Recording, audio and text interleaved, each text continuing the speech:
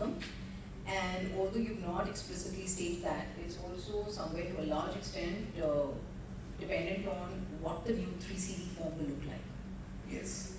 So if I were to say, one thing is very clear, an ICD is... Sorry, I'll do a correction. Sure. Now, when my annual report is going to my shareholder, there is one kind of income. Is any information of the ICDS area intended to go to the shareholders so that they understand the tax part and the book profit part? Your provision for tax essentially, the number that is reflected above the line in your financials should and will incorporate if there are any changes in your computation. I'm not getting into disclosure because that's more a tax related requirement. So if I were to look at, as a shareholder, if I were to receive a set of financials, I definitely would want to know what is the difference and what has changed because of these ICDS, at least as far as the value of the company is concerned, right? And that, to my mind, if it is substantial, if it is material, when you disclose your provision for tax, okay, for the current year, you would probably have to, that depends on what the impact is. You would have to disclose it at least in your explanatory notes, or probably a disclosure is required in your financials. That's one. Then Registry, I'll just come in again. I'll say, if that is the kind of situation, tax audit used to be always a post-statutory audit phenomena, right, which used to be at times even after the annual general meeting. Do you mean to say, before I submit my accounts to the shareholders for coming to meeting, do I have to complete my tax audit also so that some of the disclosures are brought into the... So what I would say is, that's something which you will deal with in March. I'll answer your question. First, let's tackle June. I'm saying when you're disclosing your results in June, and when you sit for your advanced tax calculations, you will have a sense of, because of these ICDS, what are your positions, what are your big ticket items which are getting impacted. So you will have a sense of that. That's one. Second, a 3CD disclosure, okay, a tax audit form, right, which is essentially done after probably some of the financials are signed off. Let's also understand and appreciate now, at least in terms of financials, it's all 31st of March. So gone are those days when you have a December and a March financial. To complicate, or I don't want to complicate it further, but you will also have foreign subsidiaries who will probably do a head office reporting as of December. So let's not get into that. When you are closing your financials as of 31st of March 2016, okay, you would have a sense as a corporate, what are your big ticket items wherein there is this, where there is a gap, and you would factor that in when you're giving your provisional, your tax figure, right? Now, fortunately, as far as Indian accounting standards are concerned, you still have a materiality concept. That's not been done right? And also the fact is, if this gap is substantial and if it has a material impact on the financials, I will disclose it, right? You then take a step forward and say, okay, these are my financials. Now I have to sit and look at my 3CD, okay? And 3CD is something which will be filled in by the company, of course, and which will be audited by the tax auditor. The disclosures will all come in there, okay? Whereas your basic computation will be in your return form, okay? And that is later.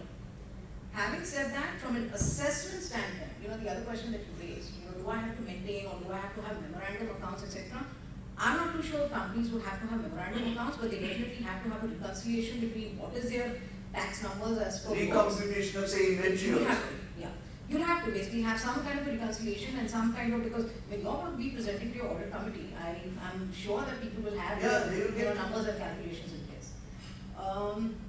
And in terms of from an assessments standpoint, at the most when I do my provision for tax returns, I will know what the basis is. I just say I have to satisfy my statutory auditor for calculation of my book tax also. I agree, but then that's something which... Then ICDS has to be made ready, TCD form has to be made ready. In any case, I'm so selfish that I will just, though I'm not in corporate, I am in teaching now, but I believe that some of those questions will be definitely helping you to understand your perspective. For your questions, please.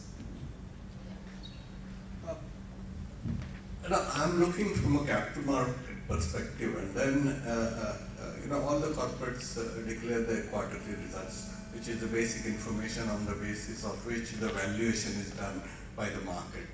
Now, to what extent the new whatever you discussed is going to affect the disclosures at quarterly level, and will it amount to understatement or overstatement of profit after tax, which the investor or whoever wanting to have the information for valuation or market transaction is going to affect? I would assume this. Yeah, that's one. And later, I would also like to know that the tax rate has been reduced from corporate tax rate, but from 30 to 25%. They say there are some incentives which are going to be removed and all that. So what will the net impact on the corporate tax rate? So to begin with, I'm very clear, as a corporate, you first have to do an impact assessment. And I think that was captured in one of the slides that we had projected. Unless we know what is the impact, and that is going to get done by June 15th itself, because when corporates will start taking a look at their advanced tax calculations for the next financial year, you will have a sense of what are those big ticket items which will have an impact. So if I were to, I will try and simplify this, but this cannot be taken as an answer in absolute black and white. Okay. I would say if you're dealing with the manufacturing sector, your valuation of inventories, which is one big ticket item, right? Because there's standard costing which does not get recognized under the ICDS now. So what is the impact? And that a corporate will have a sense when they do their advanced tax calculations. But naturally, when they have the quarterly reporting, I'm not too sure whether this would get reported as a part of the quarterly financials, because I don't think there's a requirement. I mean, unless, and I will look at the accounting expert out here. But clearly, when you look at if it's a significant impact and if it's material enough, then I think the disclosure will be there.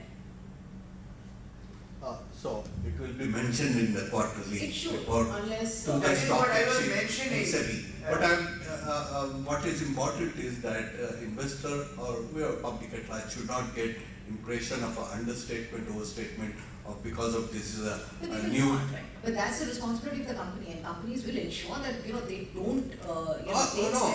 What I'm saying, company has the responsibility. Right. What I'm saying is, to what extent they will be accountable, or is that audited? So it's like any other change that happens today.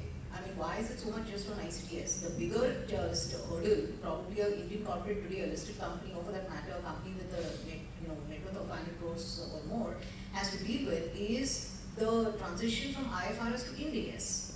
So one is you will have, probably they have to first bridge the gap there, and between that, within that Ind AS, you then have one line item which is provision for tax, which again has to be dealt with after taking into consideration the ICDS.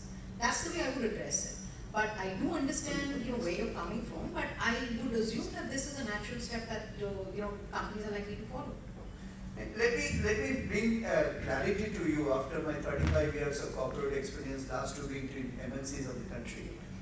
Simple point, that on the day your auditor puts his signature and initial and puts it to the board for audit committee to consider, he also certifies profit after tax. Whether there is a tax audit or not tax audit, he is not bothered. He has to look at his tax provision. Yeah. So take it for granted that your tax calculation based on the ICDS has to be completed before you get your accounts signed. So one way it is good for the CFO that tax audit will never be delayed, but the other way it's bad for the CFO because you have to complete this job. So the life becomes a little tougher, but you become more regimented and disciplined. Yes. If I just add to your question as well as your question on ICDS, I think simple point from my side is nothing has changed as far as the external world is concerned, to my mind. It's the same thing. The tax figure is 100. It has now become say 90 or 80. That's it. And that is because ICDS is an additional support or additional guidance as to how you calculate your tax liability. That's it. But to my mind, it's completely internal to the company. And for external world, 100, which could have been 100, has now become 90. It's a tax provision. That's it. So to my mind, nothing has changed. Only the tax provision figure has changed, which is in accordance with the law, as simple as that. And maybe to your question also, I'm not sure whether any special disclosure would be required in the financial statements as well, because it's a tax provision which is computed as per the provisions of the law, as simple as that to my mind. And on your second question, the corporate tax rate, to my mind, it would depend on from a sector to sector. Some sectors will certainly be benefited because of the reduction in corporate tax rate, because most of the sectors now do not have any other incentives or exemptions, and therefore there is nothing further to take away, and tax rates are reducing. So the net impact would be much better for most of the sectors. Some sectors where there are tax exemptions like say section 10A or 10AA, SEZ kind of situation, where there would be an adverse impact because larger exemption is going away and tax rates are reduced marginally from 30 to 25% in that sense. So most of the sectors it will be positive, some sectors it will be negative. That's how I would look at it. Between you and the lunch, it's another 2-3 minutes, please. Yes. Yeah.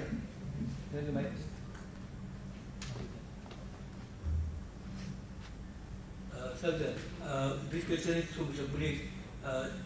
So we have comments on the advanced loading as far as the budget proposal is concerned. And so why the GR was so much prominent and it was to be implemented, why it has been deferred for more than now 2 years? Your comments on it. Sorry. I think On the he's GAR, asking on the GAR, right? So GAR is anti-avoidance regulations, where the corporate, where the tax office can apply GAR to any transaction in India if they feel there is a tax avoidance in any transaction. And there's a huge hue and cry saying that the tax office is not matured enough to implement this GAR, in India at least, because it can be misused. Any and every transaction can be questioned under GAR. So if you deposit 50,000 rupees and in PPF, that also could be considered as GAR because you avoided tax, the way it is defined. Or if you buy plant and machinery and claim depreciation, that could be questioned under GAR. So that was an apprehension, and then there are larger apprehensions by the FIIs and the overseas